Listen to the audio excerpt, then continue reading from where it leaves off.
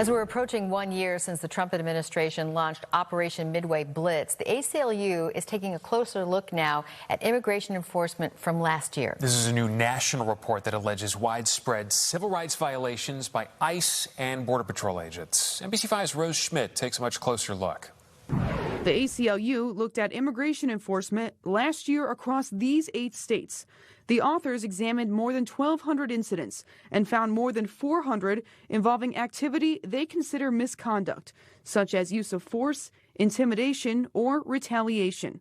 Almost half of those incidents were in Illinois. We saw some of the harshest use of those kind of militaristic tactics here as opposed to elsewhere. The ACLU compiled this information using a variety of sources, including news coverage, court filings, and public statements from federal agencies.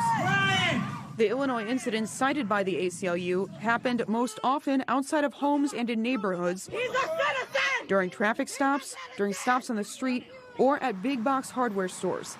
77 people detained or targeted were adult U.S. citizens. The Trump administration rolled back the Biden-era policy that prevented ICE and Border Patrol from operating at sensitive locations like schools, hospitals, and shelters. The report shows in Illinois there were 37 incidents at these locations. The cruelty that was put in place here by saying there is nowhere that's safe, not a school, not a hospital, nowhere that's safe, is that it constricted, the way in which people live their lives. Ed Yonka from the ACLU of Illinois was also troubled by how Illinois young adults were affected by immigration agents. More than 50 people who were detained or targeted were under the age of 21. We don't know what the harm, the psychological harm is for those children and those families, and we're not going to know for a number of years.